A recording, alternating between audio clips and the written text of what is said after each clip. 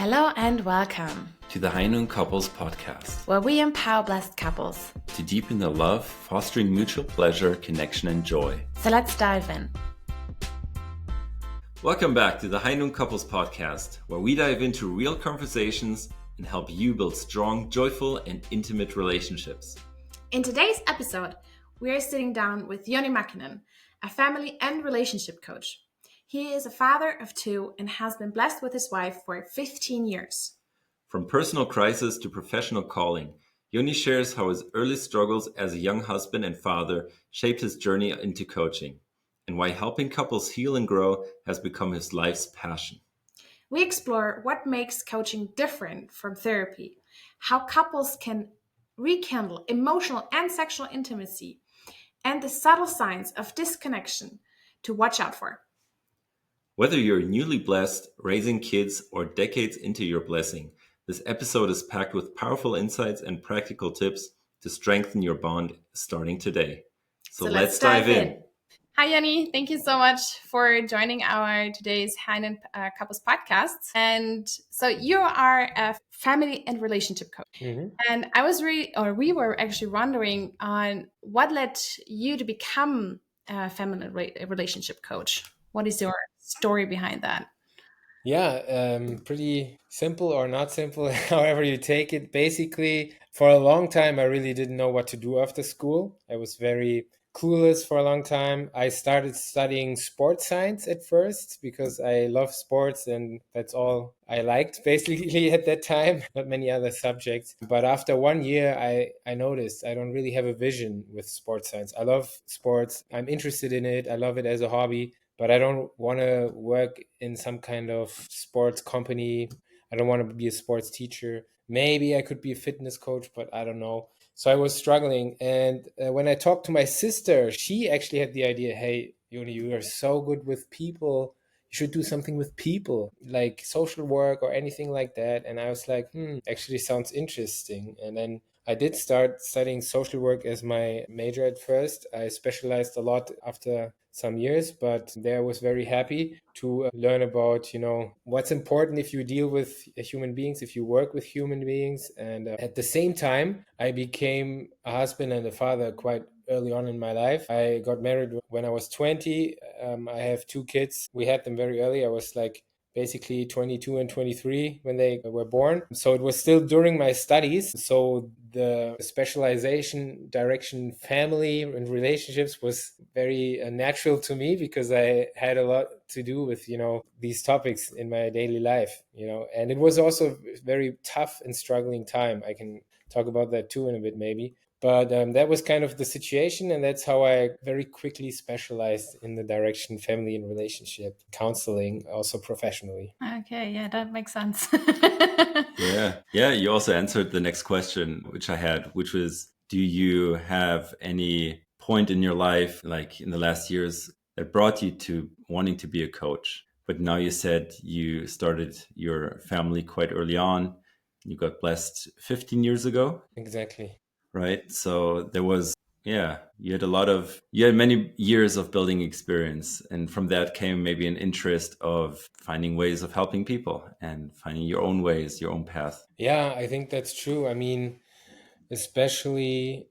was very interesting to me to learn and grow in general. I think I was always like that. But honestly speaking, first of all, in my family where I grew up in, I think what was natural to me was to be very open and direct and honest in communication, because that's what our family always tried to do. My dad was very big on that. He really always wanted to be able to communicate openly. Sometimes it was very overwhelming for us as little children because he was a very strong character, and sometimes too strong probably, and sometimes it was definitely too much to always be open and share.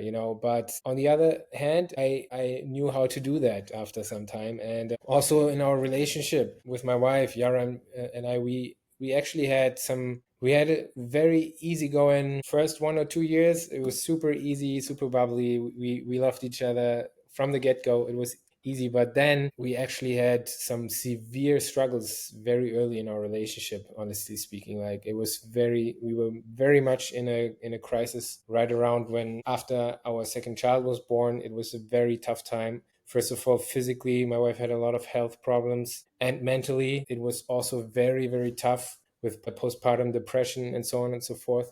And I was also young and overwhelmed with everything, studies, job, family, and it was a very, very big test. And we also got counseling for us quite early. Actually, in total, already 3 times we went through coaching for us as a couple, which was also very beneficial. And obviously, you have a different role. I was starting to become a coach in this field and a counselor, but at the same time, you're not free of your own patterns as a coach, right? Like, I also have my influences from my life, my wife too. I always say, like, a dentist also needs to brush his teeth, right? Like, Yeah.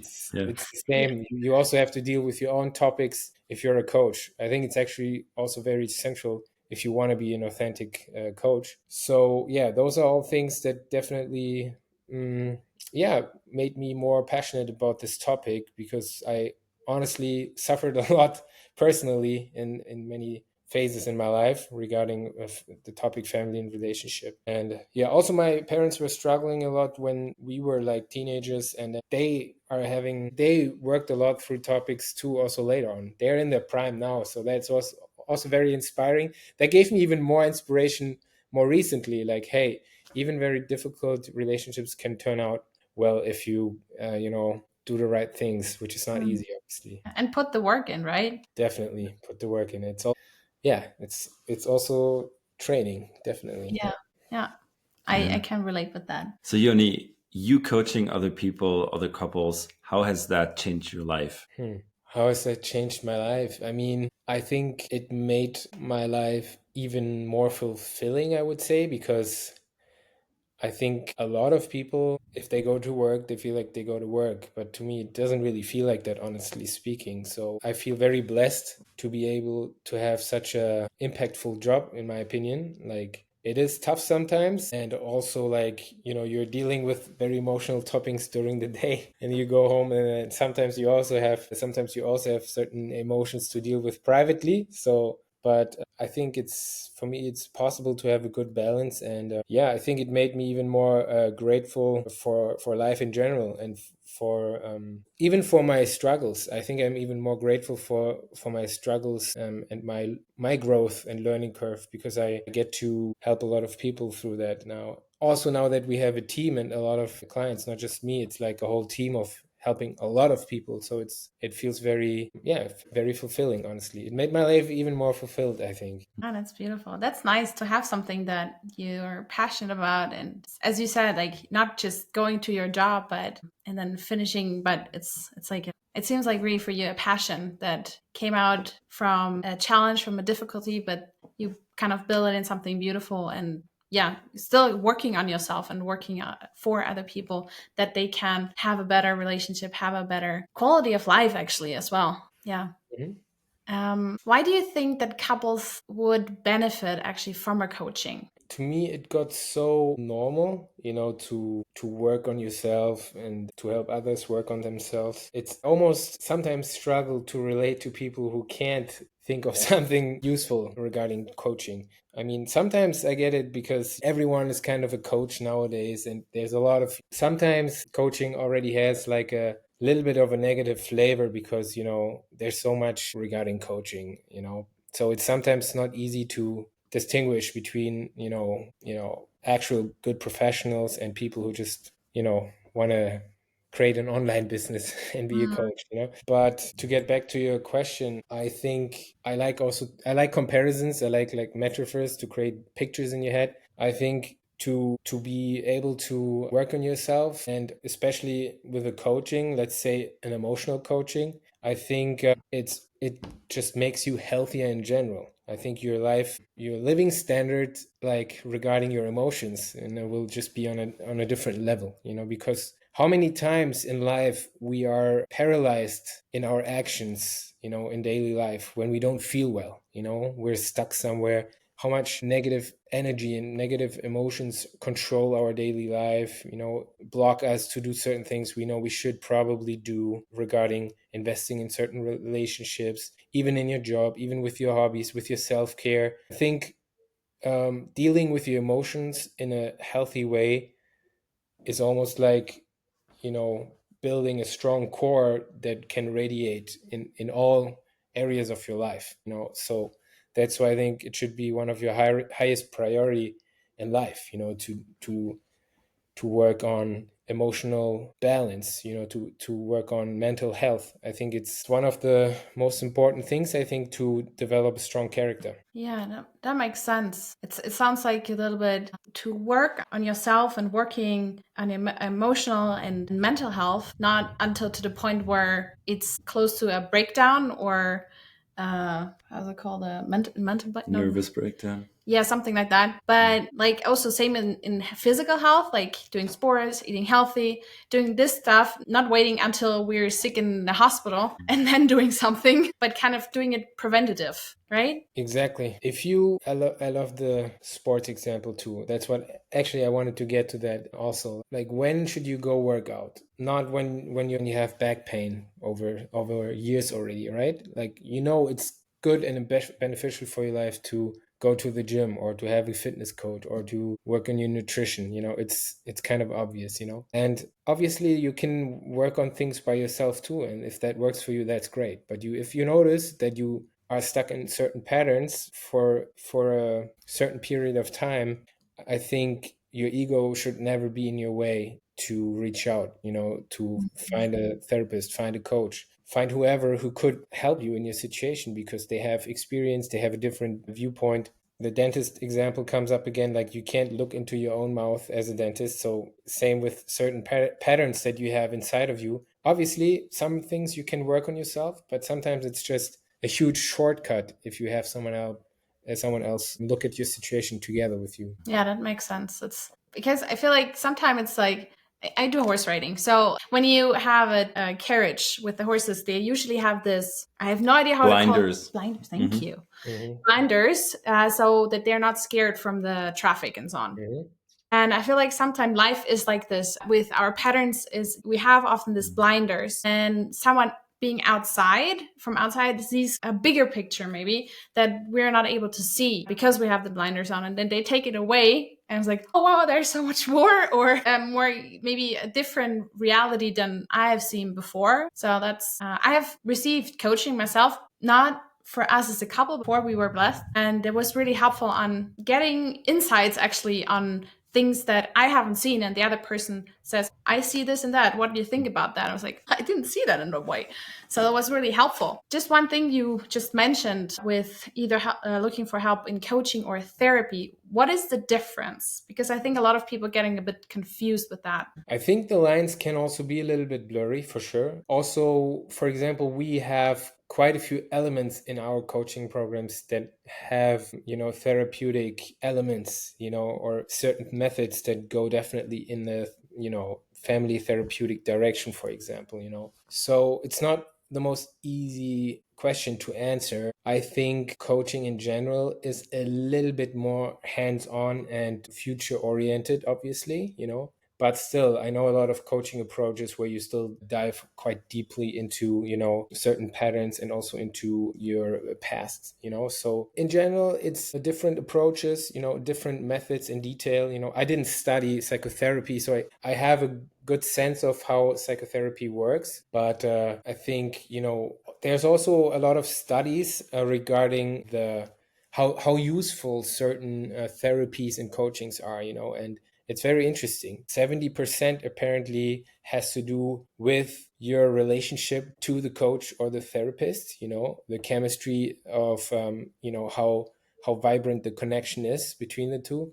And then 30% is like methodology and tools, methods, etc.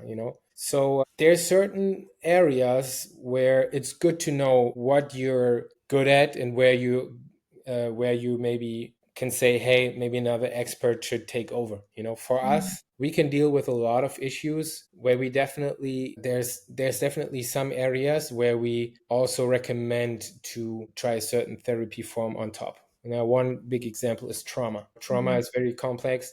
We also have some trauma methods, or at least that go in that direction, but there's certain severity of trauma where I'm like, okay, I think this should be in a trauma therapy setting, so it always depends a little bit. There's, I think, gray areas, but also the other way around. I hear a lot. We have a lot of clients who say they did therapy for 2 years, 5 years, sometimes even 10 years, and they feel very refreshed by our methods and a little bit more coaching and training oriented aspects, because sometimes you're circling around your problem a little bit too much in therapy, and not working enough on concrete tools how to get out of it. Sometimes that's only very basically covered. So yeah, there's pros and cons, and there is differences. I try to explain them a little bit and now, but yeah, that's like, you could make a whole lecture. Yeah, no, it makes sense. Thank you for clarifying that. Mm-hmm. So for a couple that seems like there's everything fine, but what kind of early signs or early coaching actually in a couple where everything is fine, let's say, can prevent bigger issues? First of all, whatever everything is fine means, it's already very suspicious to me. I think every relationship goes through ups and downs. Every relationship, you have nice, strong points, and also, every couple also has weaknesses or challenges. I think, but still, to answer your question, I think if you have the feeling that you're a little bit nervous or afraid or even paranoid to talk about a certain topic is a very good sign, because we have two main mechanisms how we deal with stress in a not so healthy way. The one is avoidance, and oftentimes if things get a little iffy, or if you're not so comfortable with something on the action level or on the communication level, you tend to avoid to kind of keep the peace, and that can very quickly build up. It's almost like as if you're, in German, you have this expression, I don't know if it exists in English, to put your dust under the carpet. You kind of, so, and then, it can get very dirty, or it even can get moldy, or something like that. So that's one sign. If you notice yourself avoiding certain situations, and then the other extreme is if we go into attack mode. If you start to cross certain lines, if you notice that you're a little bit impulsive, short-tempered, and if you have a struggle to get out of these situations, or if they keep reoccurring, if it's not a one-time thing, but you notice, we tend to get into very heated discussions, and yeah, it's kind of always the same. We always miss the point. Yeah, we have good times, but then we have these times, and these times, like these fights, they are human, they are natural, they can happen, but they can also destroy a lot. And if you lower your expectations of how you treat each other, how much mutual respect is our minimum, basically, that's also obviously dangerous. So those are two examples. There's more, obviously, but those are two things that you can look out for, basically. Yeah, that actually sounds very interesting on kind of thinking of your conscious, and then it's like, is this a topic that I like to avoid, or I get triggered easily and then getting angry? So that's a very good point. Thank you for that. Mm-hmm. Joni, how does sexual connection affect the rest of a relationship? I think enormously. I think sexuality is a topic that we obviously, and since we're dealing with a lot of couples, we also, we deal with this topic a lot too. And it's also if you look at sexuality, you should look at it like from a whole perspective. Like, you can't just look at one aspect, you need to look at the whole picture. What is sexuality? To me, it's also not always, but very often an indicator, of how a relationship is doing. Because sexuality is one of the highest and most complex forms of communication. It can be one of the most beautiful connections and feelings you have in a relationship. It can also be one of the most painful or traumatizing aspects, because it's such a deep, intimate connection. And so it has a huge impact. And but it's very important to look at it not just from one angle, especially, obviously, there's very practical and physical sides regarding sexuality, but a lot of emotions around sexuality too. For some more than others, often for the women, a little bit more for the men. I'm not making up stereotypes. It's just how the statistics are with our couples. Or maybe it's different in other areas in the world, but yeah, it's definitely complex and very, very important, a huge aspect, I think, in a relationship. So if a couple neglects their sexual intimacy, what is going on often? It's also normal that you have phases in a relationship. I always say the first 2 years don't really count, because the hormones normally do their thing. You naturally, most couples have a natural chemistry, and their hormones do their thing to connect in a way, emotionally and physically. But after some time, it also changes, and it's not so easy or not so natural anymore to always feel attracted to each other. And yeah, the it gets a little bit more complex. So it's important to distinguish between certain phases. Also, when you have a very stressful phase in your life because of your job, or if a huge thing, obviously children, children, most beautiful idea on the planet, greatest thing ever. Obviously also a challenge, for a couple, because there's so much focus on the children, so many things change hormonally, physically, just from your focus and everything. But I think to nurture your sexual life and to have ways to reconnect emotionally, physically, I think is very, very central. I think it's only a matter of time. If you neglect that topic, it's only a matter of time when you dive into very deep relationship problems. You can keep that up for a while, some even for decades or two, but you can't neglect that forever. It's not gonna work well without any major side effects, I think. Again, it's okay, to have some ups and downs, but I think if you let sexuality die completely in a relationship, it's very difficult. Yeah, that makes sense. This is like it's the deepest. I think you said it before. Our sexual intimacy is like the deepest kind of intimacy and connection you can have. Yeah, also the most complex form of communication, I think. Yeah. Yeah. The deepest and most complex form of communication. Yeah. Yeah. I think honestly, there's a lot of ways to avoid the topic too if it gets sensitive or difficult. Again, if you don't want to shake things up too much or question the relationship too much. And in this day and age, there's so many distractions. You can distract yourself with addictions, porn, too much work, with too much food. I don't know. There's so many ways how to run away, from a healthy way of dealing with things, and it often happens. It's definitely one of the most common issues that can come up in a relationship. So what would be your advice or tip on a practical way for a couple to reignite intimacy, or yeah, before getting to the point where it feels like ages ago? Some things are pretty simple. The first thing I think is important on the mindset level, to actually not accept that, oh, it's just going to fade away.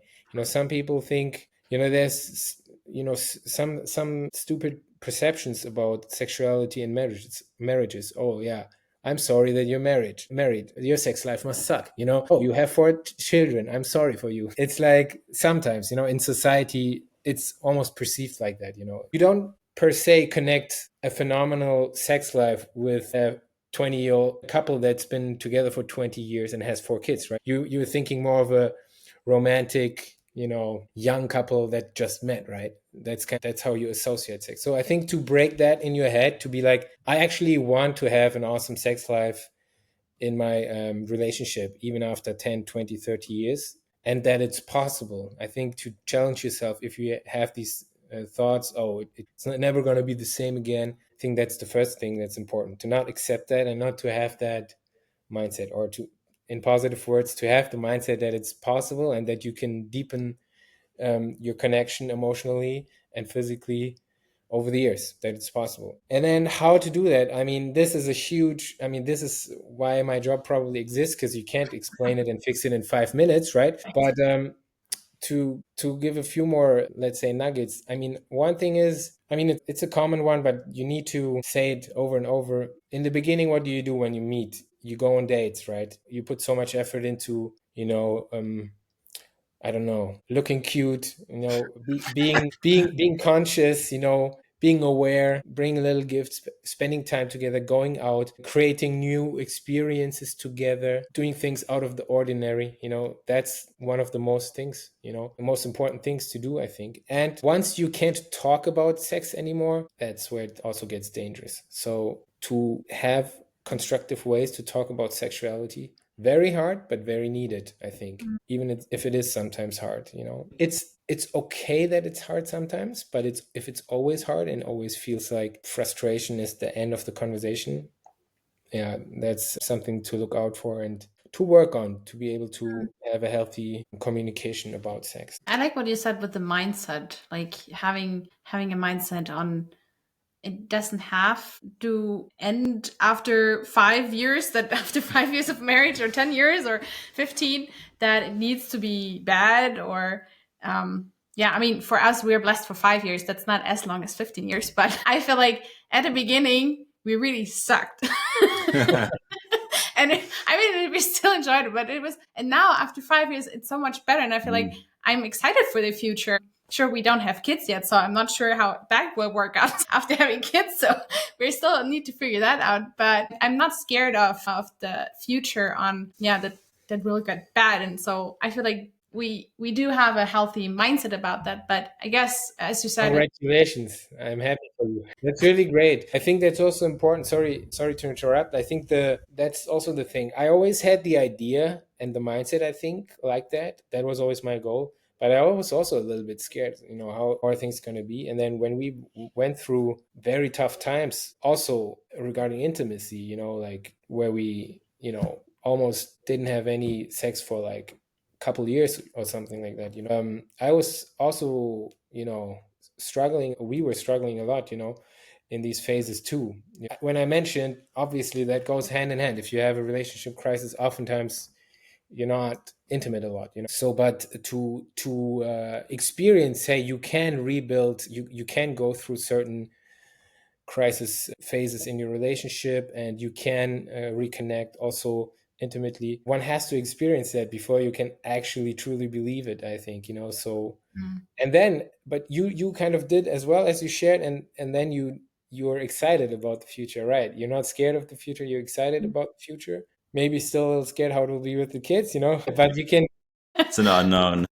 Yeah, you can. Yeah, it doesn't make it easier, but yeah, there's also ways, how to reconnect or to stay connected, and yeah, it's very helpful. Also with my parents, honestly, they're so inspiring to me at the moment, because for a long time they were not a role model relationship for me personally, but now they honestly are again, or are for the first time maybe even, and they're freaking 70. I'm like, they're so cute and in love right now. I'm like, couple goals, there they are, so it's possible. Yeah, that's one of the most important things. I think that's so beautiful because it doesn't say, yeah, just because a couple is in their 40s or 50s and it's not going so great, so it's like, okay, we're just gonna stay for the end of our lives and we just accept how it is. But no, actually, as you said, like your parents are in their 70s and are so cute. So it doesn't necessarily mean you have to stay there where you are right now. It is a state at the moment, at the present, but it doesn't have to stay like this. And it's, as you said, the mindset, but also the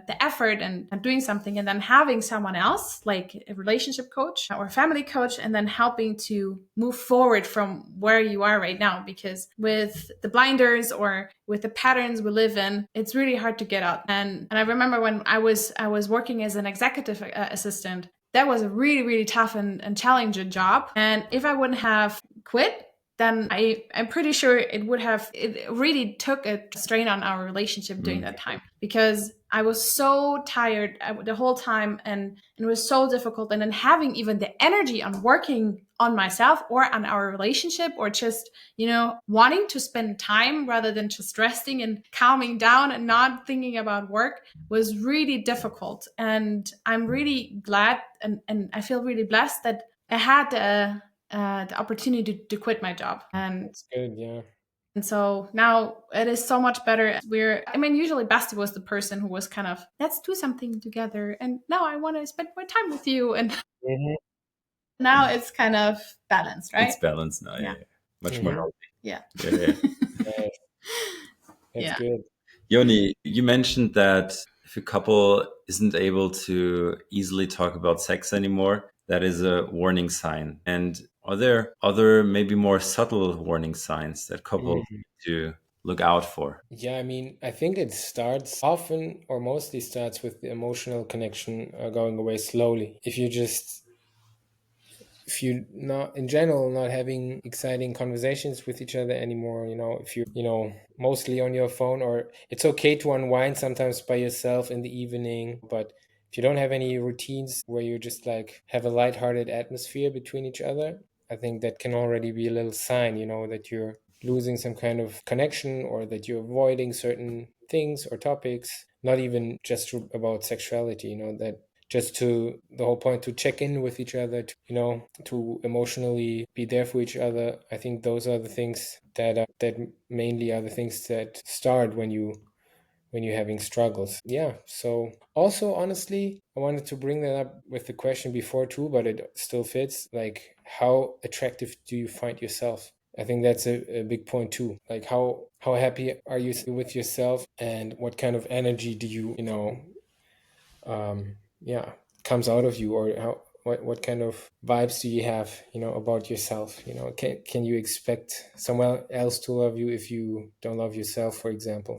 Those emotionally and physically, I think. Do you like yourself? That's the thing that you can check in with yourself, because often it goes along in daily life when you're like, you have kids or you have a job and you're kind of like just in this routine.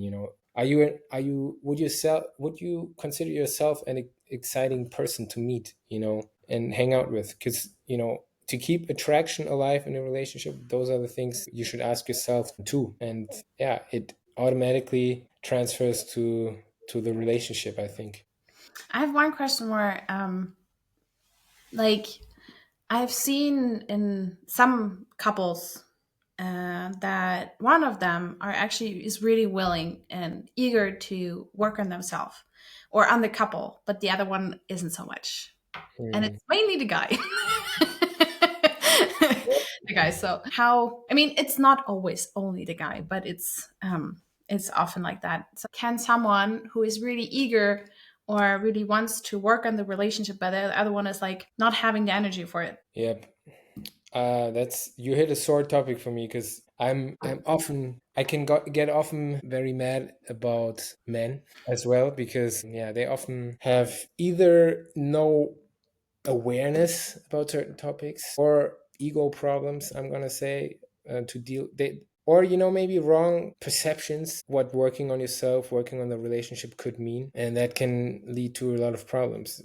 So when, if one, let's say the man, or sometimes it's also the woman, if one partner is motivated to work on things and the other one not, what can you do? First of all, when you get to know the person, ask them about if they are willing to go to therapy or do coaching. But now, if it's too late already, or if they weren't truthful, then I think it's very important to be very clear about your needs and your expectations, and don't compromise certain standards for yourself. A lot of partners who have a partner like that, they accept it. They're like, yeah, sorry, our relationship will stay not so nice because my partner doesn't want to change it. Can't do anything about it. Yes, you can. Yes, you can do something about it. You don't have to like be like, hey, I'm gonna split up right away if you don't come to a couples therapy with me or whatever. But there's things you can influence. You can be clear about what's important for you and what natural consequences it would have if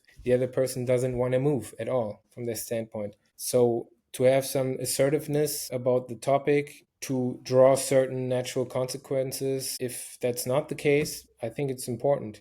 Yeah, obviously some kind of form of acceptance and understanding is also important, why, or to understand why the person doesn't want to work on it. And sometimes they're also stuck in their own thoughts or feelings or perceptions. But I wouldn't just accept it just because, oftentimes, I have to say this, oftentimes what we have is woman contacts us and asks for an appointment. Yeah, sorry, my husband, I asked him and he said no, sorry, I have to cancel the appointment. And then literally, either the same guy, or oftentimes the guys, the men in general, they call us. When do they call us? Sorry, can I have an appointment? My wife moved out last Thursday. I want to see what I can do to get her back. Like, they contact us when it's too late, basically, so to avoid that, I think it's important to be assertive and to be like, hey. Also, I think women have the tendency to at one point then emotionally check out and then just accept, and then at one point, there's no connection anymore. So it's very important to stay very transparent how you feel, otherwise the relationship is going to die without any communication about it, and then it's too late anyway. So better communicate how you actually feel about it, how dramatic. If it's not that dramatic for you, if you're okay with it and you can accept certain things, okay. If that's really the case, then good for you. But if not, then be transparent. You can still be nice, you can still be respectful, but you can still be very direct and transparent. Would it be, for example, possible to, like, if the partner doesn't want to come at first, maybe that the partner who is willing to do and start the coaching, and then maybe see the change of the partner who is doing the coaching, and then they maybe get inspired as well? Yeah, definitely. We have that too. That also works. You start it with a one-on-one coaching because, if there's always, if one wheel turns, the other one has to also kind of turn. So there's definitely things you can develop and work on by yourself. Even if you think the other person is the main problem, you can still new ways to deal with it, and have certain changes start. We we also had a few times the coaching where basically it was like that. The guy didn't want to work on things, and the woman did, and we just needed him to basically agree that she can do the coaching. But then in one of the first sessions, we're like, oh, for this session we kind of need the husband as well. We would need you in one session as well. Then all of a sudden it easily turned into a couple coaching, because obviously it wasn't just one topic, but we tried to open it up a little bit and see, and then he wanted to basically come every time. So it's definitely possible. That's cool. Something comes to mind when I hear that. It's like maybe there's a stigma in perhaps predominantly male heads that you are weak if you go to therapy. So, get help. Yeah, get help. But if it's like your wife and she needs you to be there for her therapy, then it's like a very easy way to like move in. Exactly. That's how it was a little bit. But yeah, good point that you mentioned it. Definitely, I agree. That's still a big stigma around therapy in general, about coaching still, especially with men. I think it's much bigger still, but we really try to break that stigma a lot, that it's a very healthy and very manly thing to do. If you're taking care of your emotions, if you're taking care of your relationship, if you're taking care of your mental health and your growth, I think it's getting much better. Also in the younger generation, but it's still a thing. I agree. Yeah, it takes a few generations to break that. True. Yeah. My dad has a picture in the kitchen. It's a nice scenery from Finland. He's from Finland, and it says, "I don't need therapy. I just need to go to Finland." It's yeah. I think he was very traumatized as a child when his dad died, and I think he would have, had a lot of he would have gained a lot of benefits from therapy, but that generation, man, very tough. So we're coming close to the end of our podcast today, but could you give or share a simple exercise that can couples do for today after listening to the podcast to connect or to bond with each other? Yeah, well, I think if you're not going on dates at the moment, start going on dates. That's the first thing. And the other thing, especially, I think if it has to do with sexuality, but even if it doesn't, I think like non-sexual intimacy, or like, having conversations, and even non-sexual physical touch, I think is a very, very good thing, because if there's some distance, it creates a lot of pressure, often on one part, a lot of frustration, on the other part, a lot of, paranoia and anxiety and even shame, oh man, we're not connected right now, and I don't feel like it right now, and partner must feel awful, and now I feel awful, and I think to find a good compromise, to come closer again without the expectation of a sex or sexual activities, I think that's a great, great thing, to communicate. You can make your own rules about it. Let's say for the next 2 weeks, it's definitely off the table. let's basically decide, even if you didn't have sex already for weeks, you can still like say, we're not going to even try to have sex in the next 2 weeks. We're only going to try to be closer, and to create a space where we hold hands again when we go outside, little things, whatever both parties feel comfortable with. Or you start with a, I don't know, 30-second hug every evening, something that just creates some closeness, but where it's clear, I'm giving you the hand and you're pulling the whole arm, not like that. It's just like clear boundaries, and try to get closer non-sexually. That's, I think, a very good thing, especially if you're in a difficult situation regarding sexuality at the moment. And yeah, that's, I think, something easy you can try. What can we do to be closer without the expectation of sex getting even worse, basically. That's, and try to make some rules for yourself. It's different for everyone, but that can create closeness without stress, basically, because they don't go good together. Yeah, that makes sense. That actually reminds me on us at the beginning, after like a half a year or so. It was like Basti was like very wanting to have sex all the time, and he was like, I don't want anymore. And then I had a yeast infection, and it was so painful. So it was not possible to do anything for a week or longer. And so before we didn't cuddle so much, and that time we started to cuddle and lay next to each other and touching, physical touch without any sexual intention. And there was I found so healing, actually so beautiful. And afterwards the sex became so good. Yeah. Yeah, very good example. Exactly. So you basically did the same thing because of external factors, and it kind of helped. Yeah. That's a very good one. Yeah. Again, and I think you can separate sexual and emotional connection. Some people pretend that it's possible, but I don't think it is. So yeah, work on non-sexual physical closeness and work on emotional closeness. Just try to meet each other in a different light, different setting outside. I think that's a good one. Like, not only couch dates, but actually even if it's the children are in bed with the baby phone and you don't have family around, go for a 30-minute walk when they're in bed. Leave the house. Yeah, it's important. Yeah, thank you for that. That's very important to keep the spark on, and taking effort for each other. And so this relationship this is your company, and I asked already beforehand if it's actually possible for you taking English, because you're based in Germany. So mainly your clients are Germans, but is it also possible for you to take clients in English and remote? Yes, it's definitely possible. We have a fantastic team of 15 coaches, and some of them also have very great English. And we've had clients almost all over the world, mostly Europe, mostly Germany, that's true, but we are very prepared for online coachings, and also in English. Yeah, there's definitely possibilities. Great. For sure. So you're a good resource for the couples who will listen to the podcast.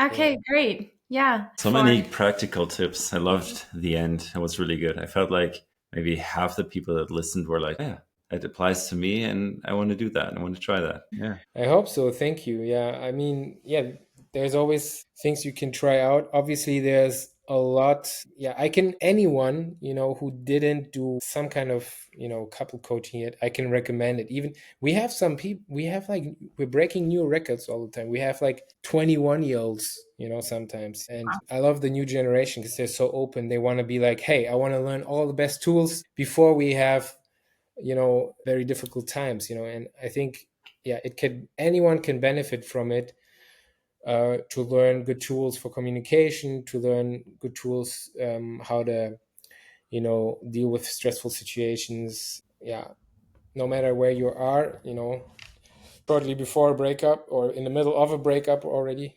versus we just met and we're a little nervous if there will be some crisis in the future. It's, I think, very healthy. So yeah, I can definitely recommend it. And there's even much more practical tips in our coaching program. Great. Nice. All right. Yeah. Thank you, Joni, for your time. Thank you so much for your tips, and tricks, and that you made yourself available to come to the podcast. No problem. Thank you very much for the invitation. Yeah. Thank you so much, and take care. Take care. Thank you.